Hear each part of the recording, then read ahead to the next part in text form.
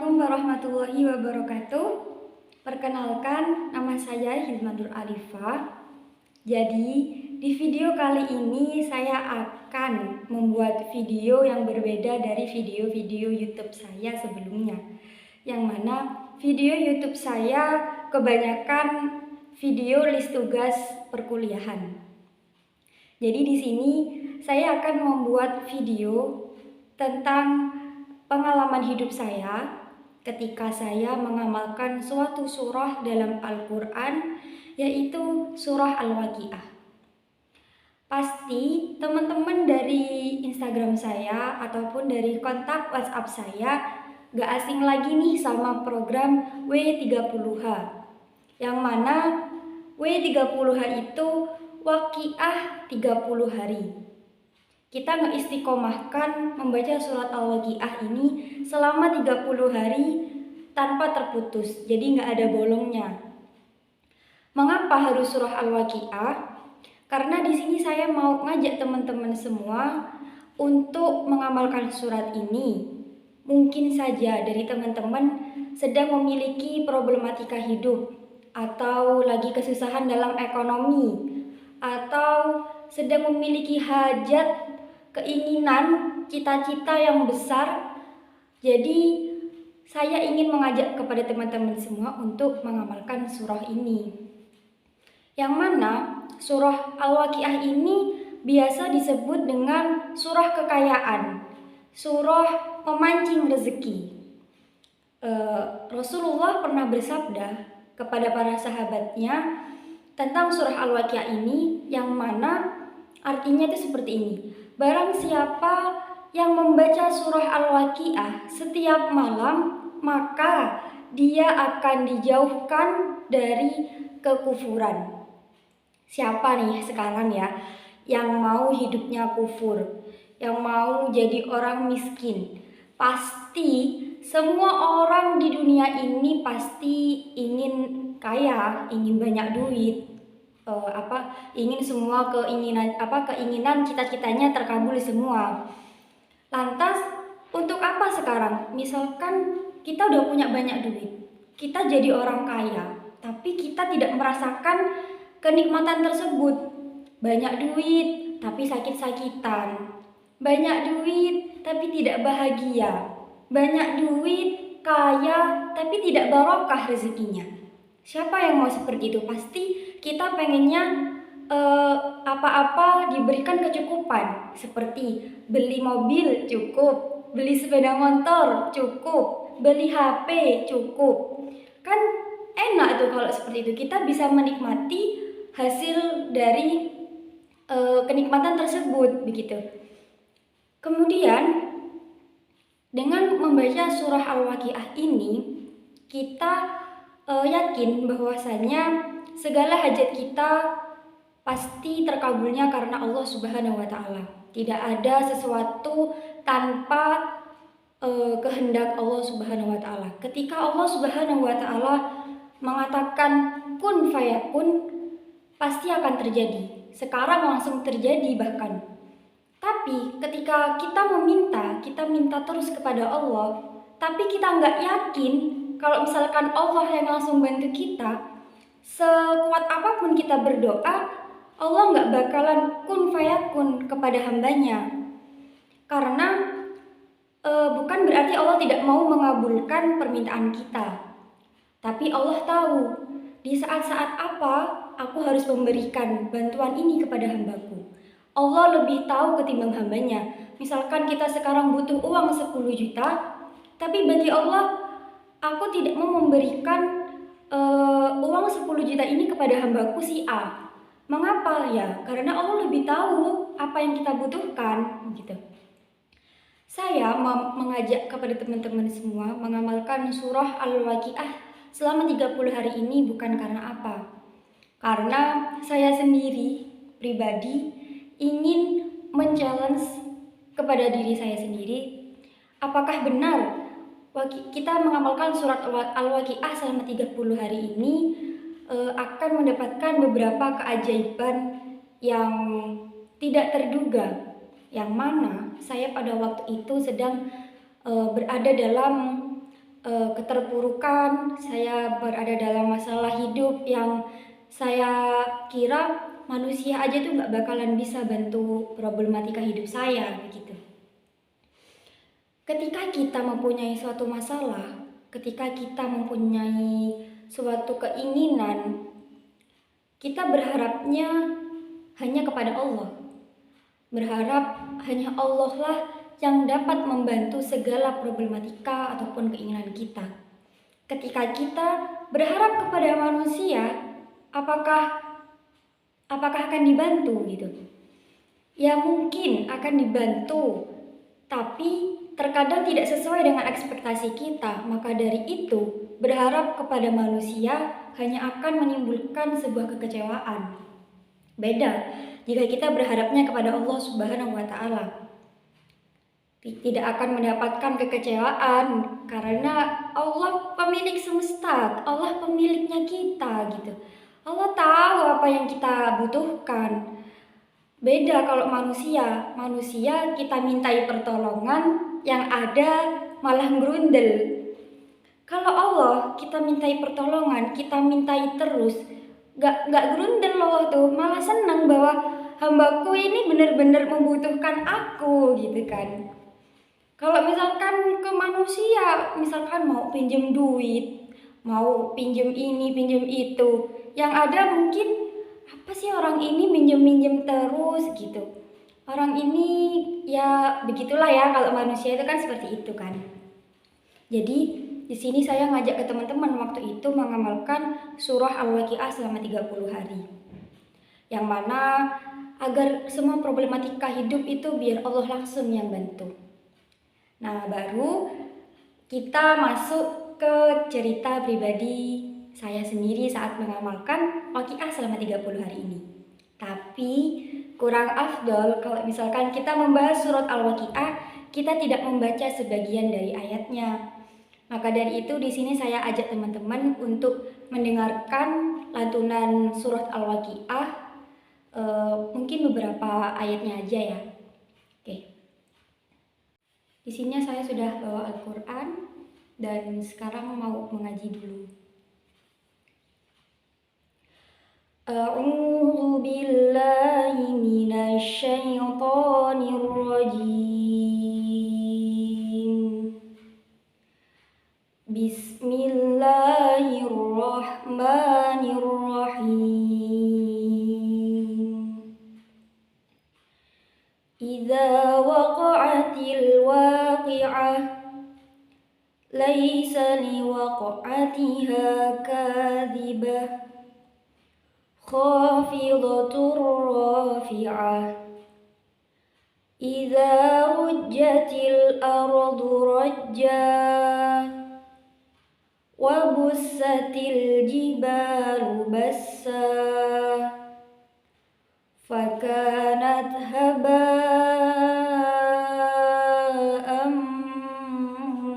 bassa wa kuntum azwajan salasah fa ashabul maimanati ma ashabul maimanah wa ashabul masy'amati ma ashabul masy'amah was-sabiquna as-sabiqun ulaikal muqarrabun fi jannatin na'im. Shadaqallahul adzim.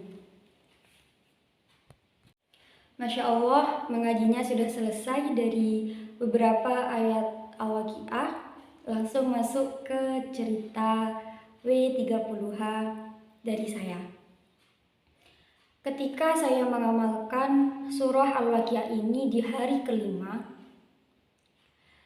orang tua saya mendapat telepon dari temannya, yang mana pada waktu itu temannya bertanya kepada saya, Saya kan kuliah nih, kuliah udah semester 4.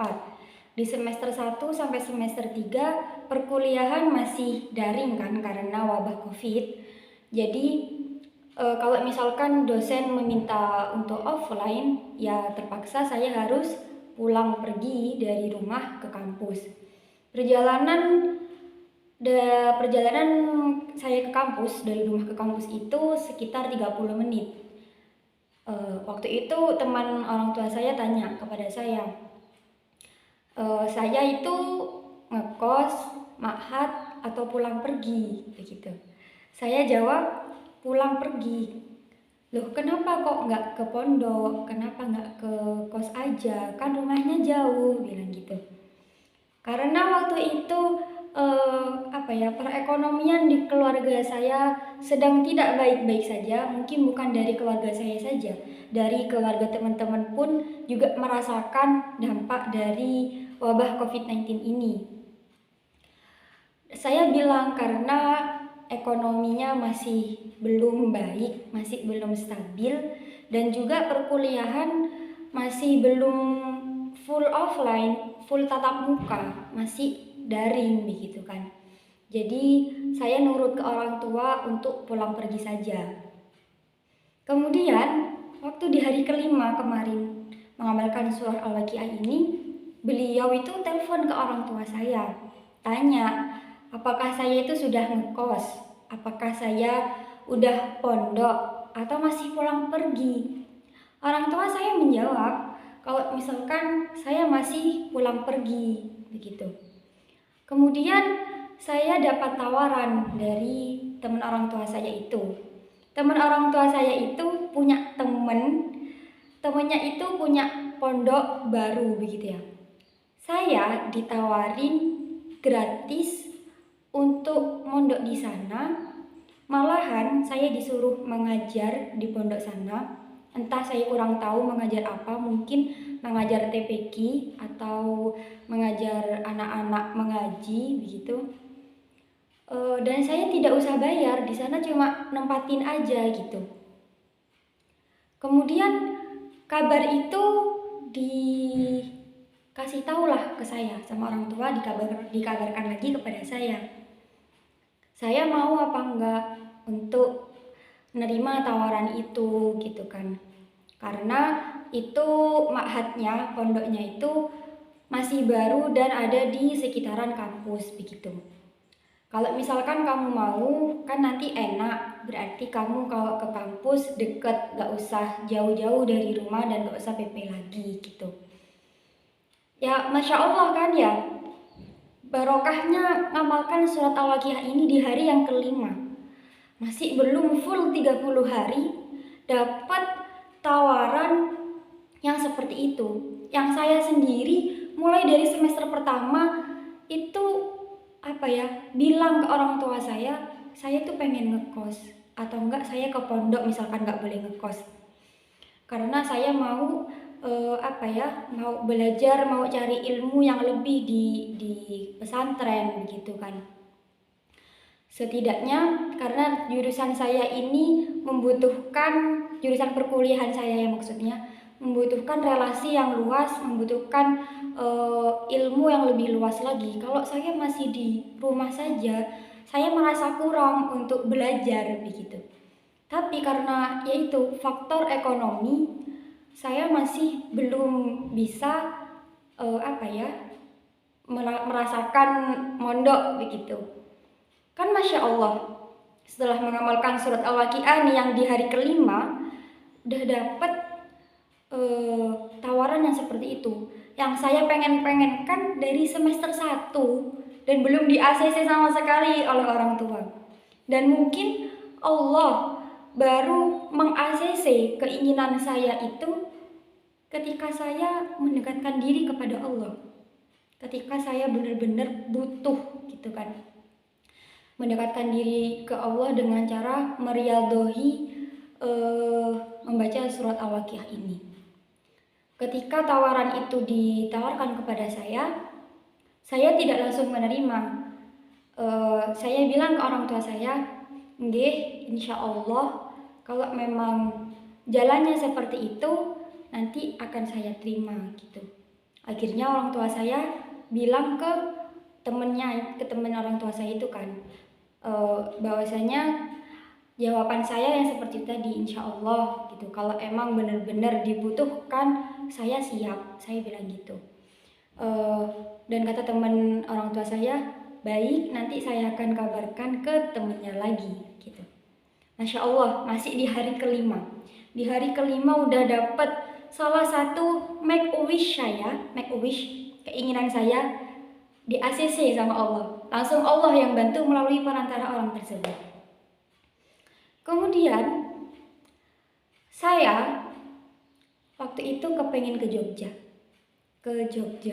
Kenapa kok ke Jogja? Karena saya pengen healing gitu kan. Saya ke Jogja 1 kali.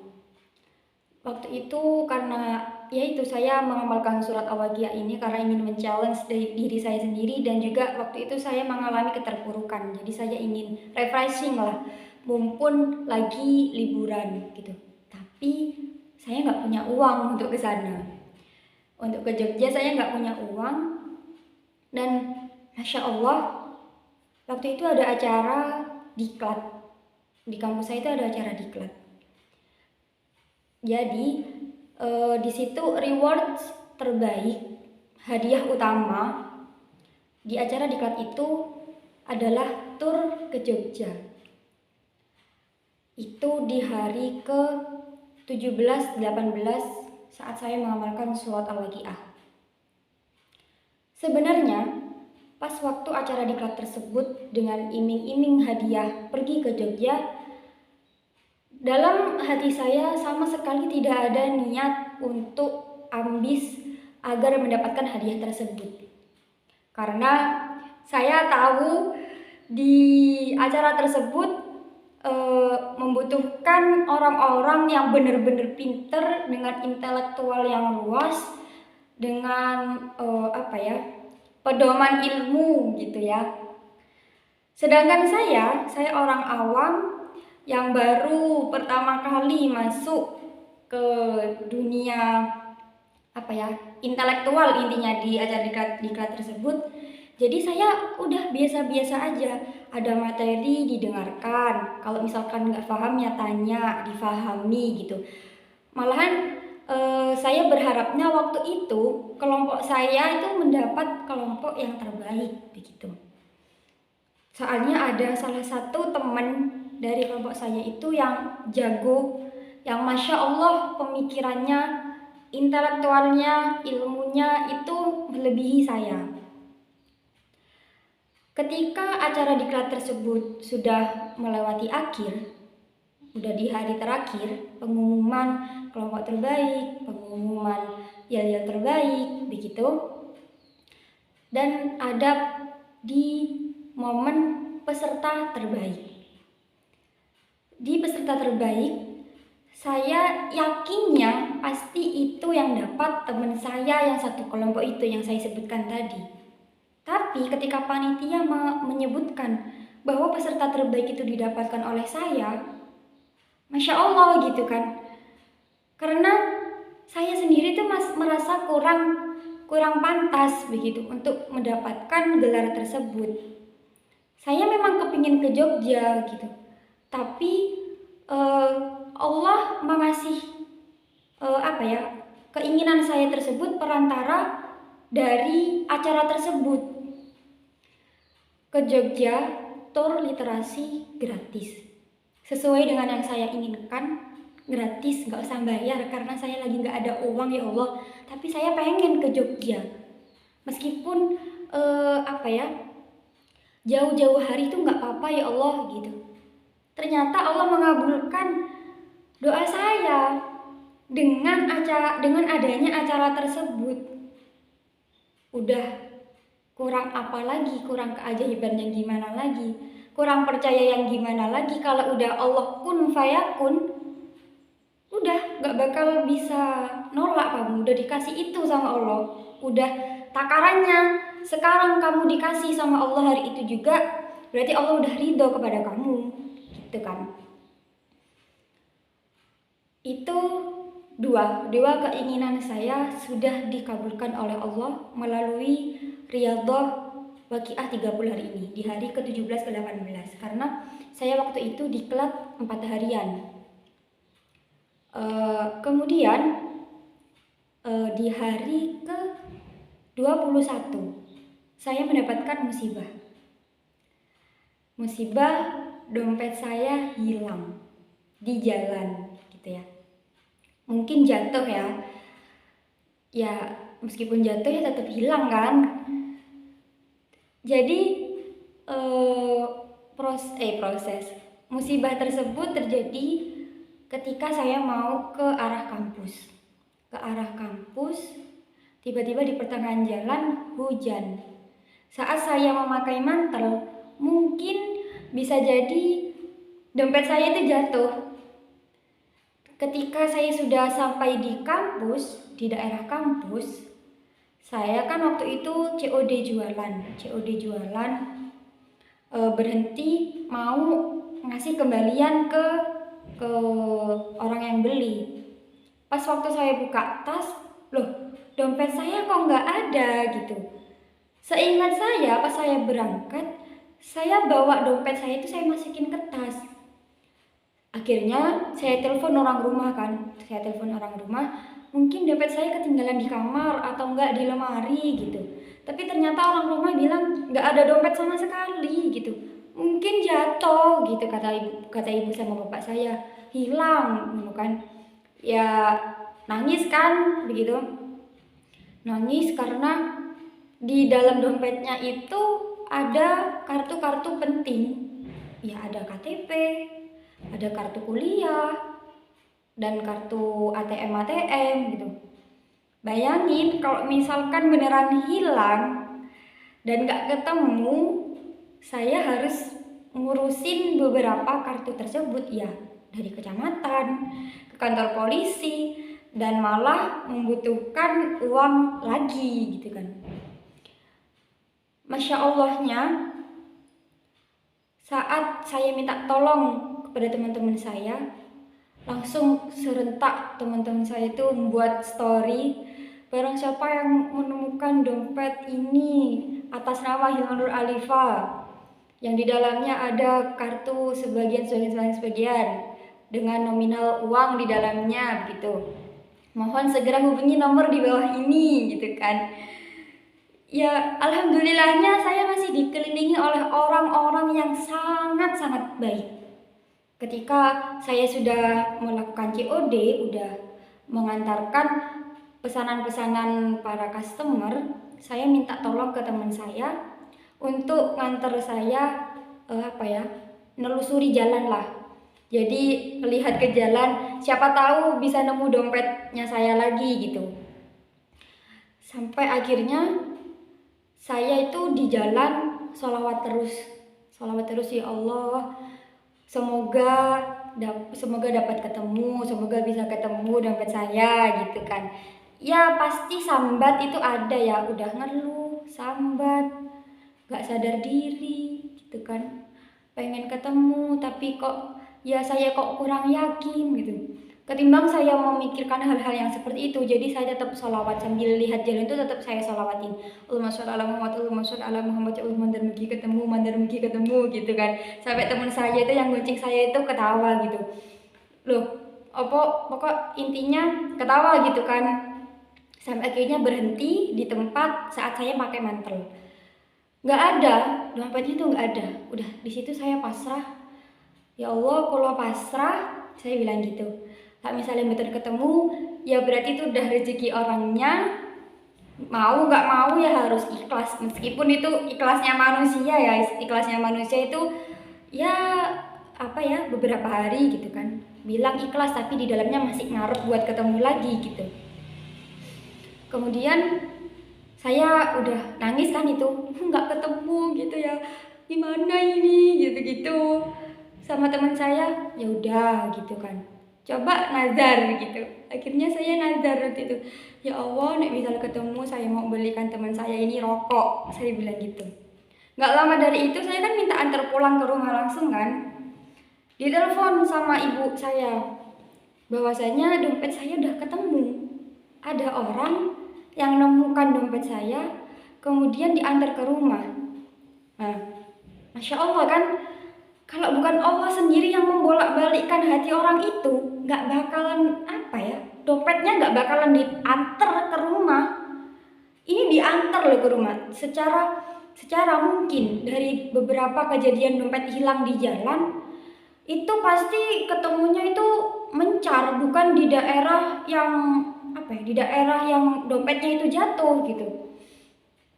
Dan ini kan Masya Allah gitu, orangnya ke rumah saya mau terima balik ke dompetku, mergo di dompetnya itu ada identitas KTP Hilma Nur Alifa gitu kan.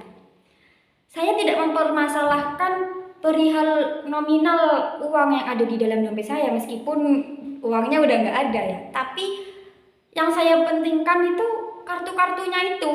Kalau misalkan kartu-kartunya itu juga hilang, ya saya bakal keluarin duit lebih dari nominal yang ada di dompet saya gitu. Kemudian ibu saya bilang, udah Nduk langsung pulang gitu, ini udah dikembalikan sama orangnya, ketemu di daerah ini gitu katanya.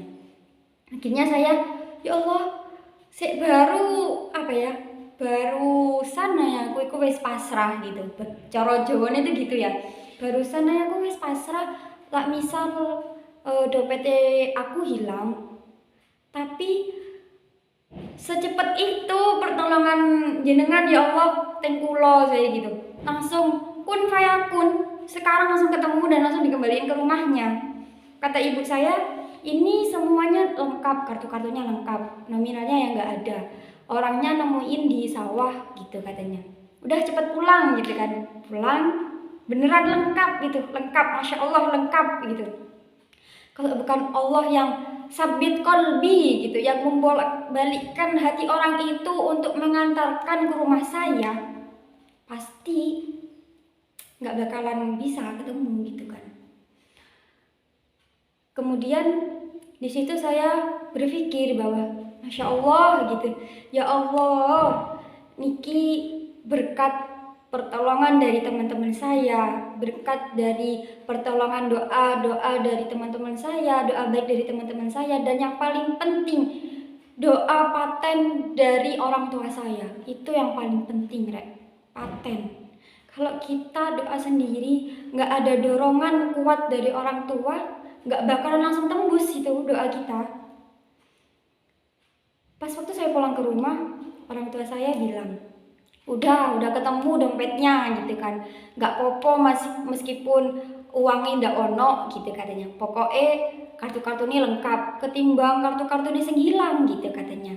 Ya udah, di situ saya udah lega karena udah ketemu dompetnya, dan saya ajak teman-teman saya yang udah bantu saya ke rumah buat makan bareng. Intinya kan saya kan nazar itu ya, nazar untuk belikan rokok teman saya yang ngantarkan saya pulang itu. Ya udah, akhirnya udah saya belikan, dan ini keajaibannya di hari ke-23. Seperti kayak udah dapat ijol, dapat ganti dari uang yang hilang di dompet itu. Jadi dari hamba Allah, saya mendapat DM Instagram dari hamba Allah, tapi nggak saya bales. Kenapa? Karena saya kan nggak ngefollow dia kan. Juga saya kalau misalkan orang jauh nggak kenal ya saya biarin gitu. Karena di Instagram saya punya akun Instagram jualan, jadi di bio pribadi Instagram saya itu saya nempelin nama Instagram jualan saya, karena saya jualan all shop, bakulan jualan camilan, jualan basreng, makaroni, molreng kayak gitu. Karena jiwa-jiwa bakul, di situ saya nyantumkan nomor WhatsApp saya, dan hamba Allah tersebut akhirnya nge-WhatsApp saya di malam itu. Tapi nggak saya bales karena nomor baru kan, nomor baru nggak kenal juga siapa gitu. Tapi kayak ada niatan buat bales gitu. Oh mungkin nih mau beli dagangan saya gitu kan. Ya udah saya bales, siapa gitu. Nah, jawabannya orang ini membuat saya kaget. Kaget kenapa? Karena orang ini bilang, Mbak Hilma, saya kagum sama Mbak Hilma gitu. Saya kagum dari video YouTube-nya Mbak Hilma. Jadi saya saya pernah buat podcast YouTube di salah satu YouTube Rukiah, namanya Santri Rukiah Aswaja. Nanti kalian bisa cek di sana tentang video YouTube saya. Orang itu melihat YouTube saya podcast di SRA waktu itu, bilang terharu, kagum, dan intinya Masya Allah gitu ya. Kemudian beliau di bawahnya ngirim pesan lagi, saya mau memberikan sedikit rezeki saya kepada Mbak Hilma, mungkin memang tidak agak banyak gitu, tapi setidaknya dapat membantu uang saku kuliahnya Mbak Hilma gitu. Bisa kirim nomor rekening gitu. Kan ya orang ini orang siapa, orang jauh, kenal juga enggak, saudara juga enggak, mau memberikan saya uang kuliah, itu kan orang kayak saya, orang awam kayak saya itu kan kaget. Orang ini beneran apa enggak, atau cuma bercanda atau gimana gitu ya. Karena saya di situ takut, saya tanyain kan asal usulnya gitu. Asal usulnya dari mana? Ternyata dari Jakarta. Kemudian saya tanya apakah kenal dengan ini, kenal dengan kiai saya, karena kan dia kenal saya itu dari YouTube Santri Rukiah Aswaja itu. Bukan gitu, tapi suatu saat saya ingin bertemu sama beliau, sama guru saya gitu. Nah, karena di situ saya parno ya, kapan hari itu kan saya pernah dapat kasus penipuan gitu. Jadi saya nggak bisa langsung kayak percaya gitu. Saya cerita ke orang tua saya. Katanya orang tua saya, enggak, jangan dulu gitu. Coba tanya ke kiai gitu. Tanya ke kiai saya, dan Masya Allah kiai saya mengizinkan, meridhoi. Dan juga saya cerita lagi ke orang tua saya tentang jawaban dari kiai saya. Akhirnya sama orang tua saya dibolehkan. Kemudian di situ saya kirim nomor rekening saya ke orang tersebut, dan Masya Allah langsung ditransfer hari itu juga sama beliau. Nah, kalau bukan pertolongan Allah, kalau bukan kehendak Allah, nggak mungkin tiba-tiba ada orang cuma mau ngasih uang secara cuma-cuma. Di situ saya mikir, ya Allah, apakah ini ganti dari uang saya yang hilang di dompet waktu itu? Kalau memang beneran ini gantinya panjenengan untuk saya, ya Allah, saya nggak tahu lagi harus berterima kasih yang bagaimana kepadamu, karena ini benar-benar nyata gitu. Saya sendiri selama ini uang saku saya dapat dari hasil jualan saya. Kemudian tiba-tiba ada hamba Allah yang mau memberikan uang saku kepada saya dengan cuma-cuma. Itu kan seperti keajaiban begitu, apalagi orang jauh gitu kan. Kalau bukan karena barokahnya sholawat, barokahnya mengamalkan suratul waqiah ini, nggak bakalan mungkin gitu kan. Malahan waktu itu bapak saya cerita, didauhin sama gurunya, barang siapa yang baca surat al-waqiah ini uangnya itu nggak bakalan terputus gitu. Ada aja uangnya gitu kan, sekarang habis nanti ada lagi kayak gitu. Dan itu saya kira itu cuma apa ya, cuma apa sih namanya, etok-etok apa ya, bohongan gitu, masa iya gitu. Ketika udah terjun sendiri, udah ngalamin sendiri beneran, pasti itu kayak Masya Allah gitu kan. Kata kiai saya, disitulah ketika seorang hamba memusatkan segala keinginannya kepada Allah, bersandar kepada Allah, kepada penciptanya, nggak ada yang nggak mungkin bagi Allah untuk mengabulkan doa orang tersebut. Jadi di sini saya berkeyakinan bahwa ya Allah, berarti sekarang saya harus lebih mendekatkan diri kepadamu gitu kan.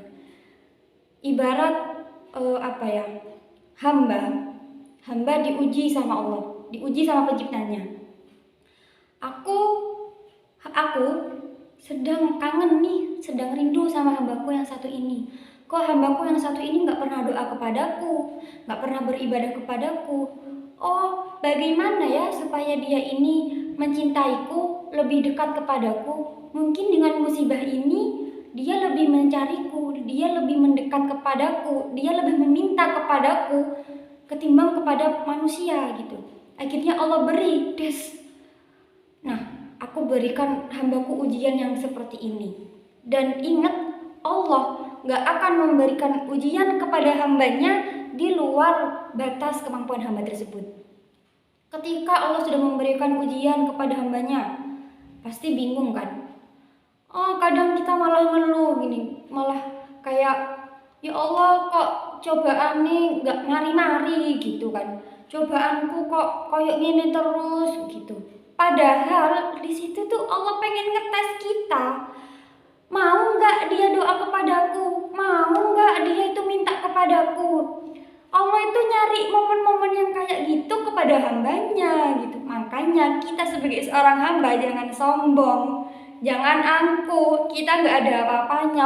Orang kita itu abdun, kita tuh hina. Malahan guru ngaji saya itu pernah bilang, titik terendah seorang hamba kepada Robnya ketika ini dahi kita menempel sejajar dengan tanah. Yang mana berarti kan disebutkan bahwasanya kita itu nggak ada apa-apanya gitu loh. Kita itu apa sih? Mau secuil gitu ya dari ciptaannya Allah gitu. Kita udah hina, masih sombong, masih angkuh, sok-sokan nggak mau minta kepada Allah, padahal kita sendiri lagi kesusahan, mintanya malah ke sama manusia. Sama manusianya nggak dikasih bantuan, melung-melung, bilang kayak Allah ini nggak adil, Allah ini tidak membantu saya gitu. Itu kan kayak kamu mintanya ke siapa, yang disalahin siapa begitu.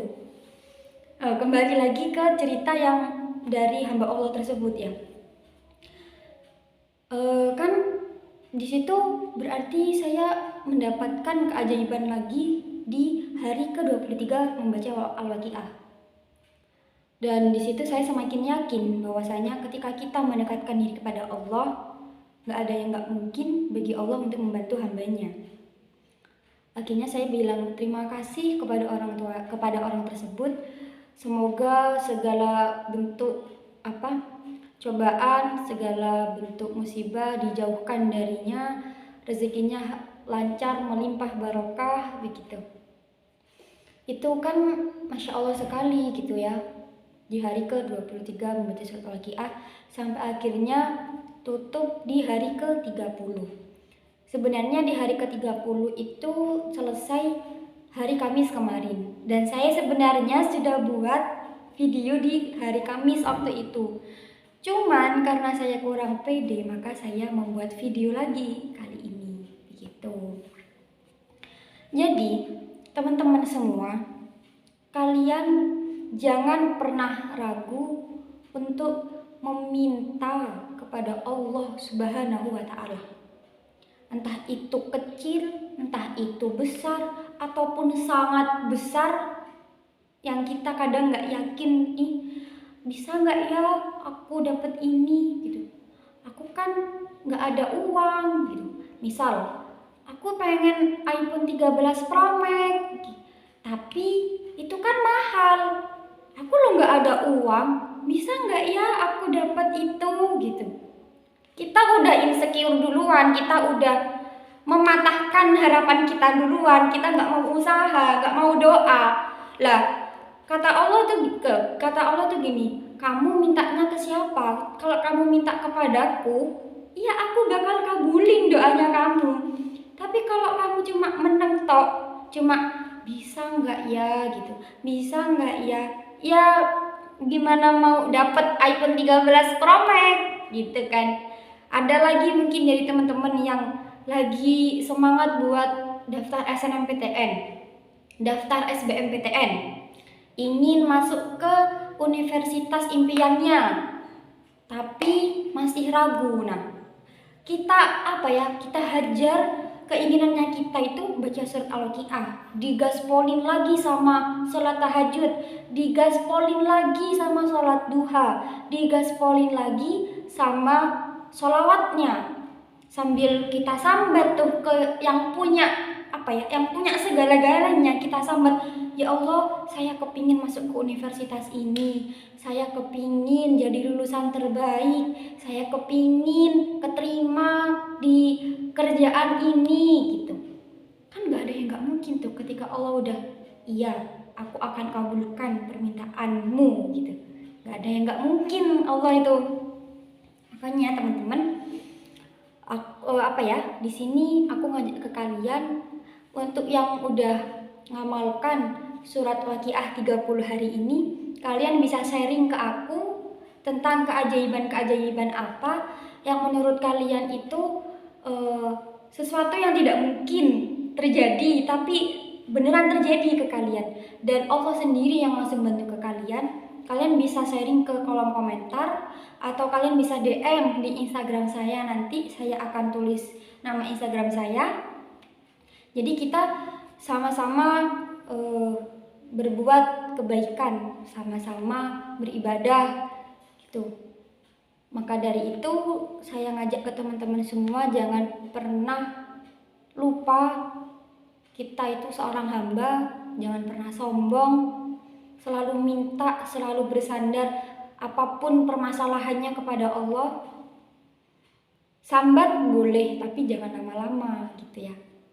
Sambatnya nggak boleh lama-lama, senengnya juga harus sebatas wajarnya, karena Allah tidak suka perihal sesuatu yang berlebihan gitu.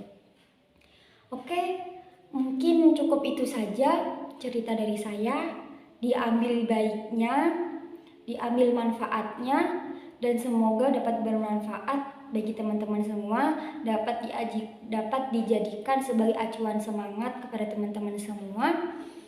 Dan mohon maaf sekali kalau di video saya banyak kesalahan tutur kata ataupun bahasa, karena saya sendiri jujur masih baru pertama ini bikin video YouTube panjang banget gitu ya. Semoga kalian gak bosen buat dengerin cerita saya. Next, insya Allah saya akan bikin program lagi ke teman-teman. Jadi stay tune aja, mungkin akan aku share di Instagram story. Kurang lebihnya mohon maaf. Wassalamualaikum warahmatullahi wabarakatuh.